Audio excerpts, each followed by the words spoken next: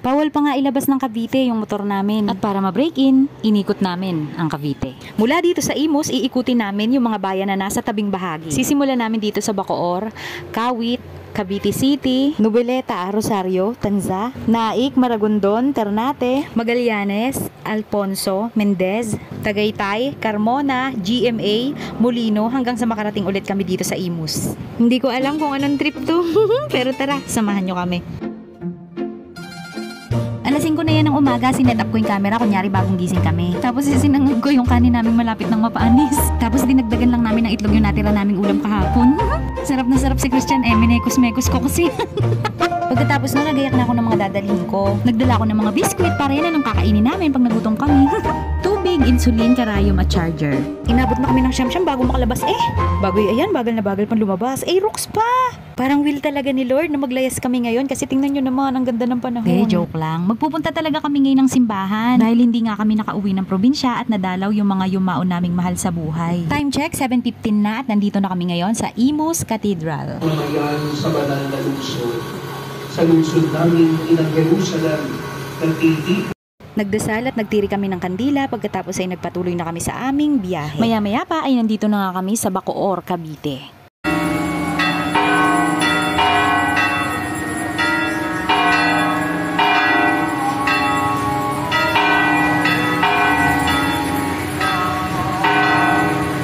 Sa pagpapatuloy namin ay nakakita kami ng maraming watawat, kaya dinaanan namin. Time check, 8:15 na at nandito kami ngayon sa Aguinaldo Shrine. Dito yan matatagpuan sa Kawit, Cavite. Hindi ko alam pero kanina pa ako nakakakita ng ganyan. Eroplano, parang sign na to para magbatanes ako. 11 minutes ay narating namin itong simbahan.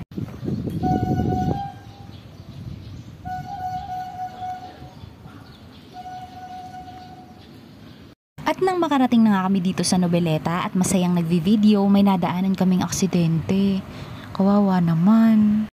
As you can see, 9 AM na at nandito na kami ngayon sa simbahan ng Cavite City. Saka namin binalikan itong simbahan ng Noveleta. Tingnan nyo, may eroplano na naman.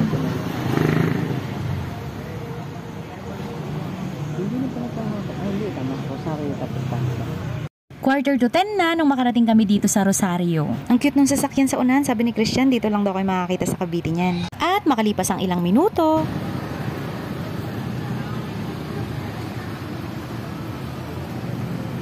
paako-akwa man ka pa dyan, kakasuray ang helmet mo, untog na untog sa akin kapag inaantok ako. Puro gasgas na tuloy itong helmet ko.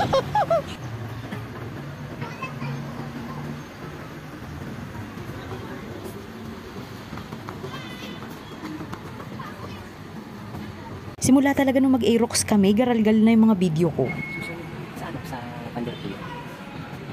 Ha? Pandertiyo na. Time check! It's already 11:30 and here we are at Maragondon, Cavite. Excited nga ipakita si Christian sa akin yung simbahan dito kasi sabi niya ang ganda daw.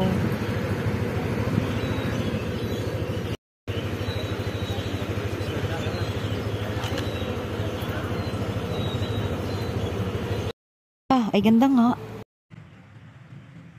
Tahimik naman dito. Ito pala yung purpose ng ripped jeans. At dito na nga sa Ternate kami inabot ng gutom. Hindi ko alam, marami naman talagang magagandang pasyalan sa mga lugar na aming madadaanan pero simbahan talaga yung napili ko.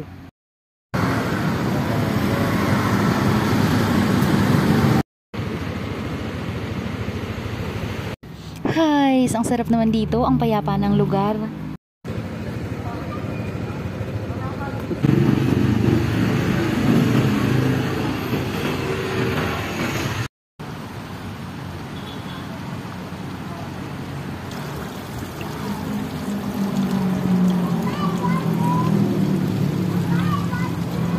Time check, 5:37 na at nandito na kami sa Silang. So ayun na nga, story time. Wala talaga sa plano na dito kami dadaan. Dapat talaga iikot kami ng Carmona, Pamulino. Ang kaso'y bukod sa gabi na, nananakit na yung tuhod ni Christian. Inaatake na naman. Gabi na nga nang madaanan namin tong Dasma.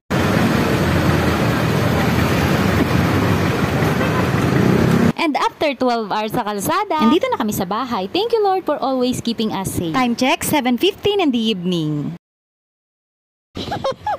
Yun lang, tapos na.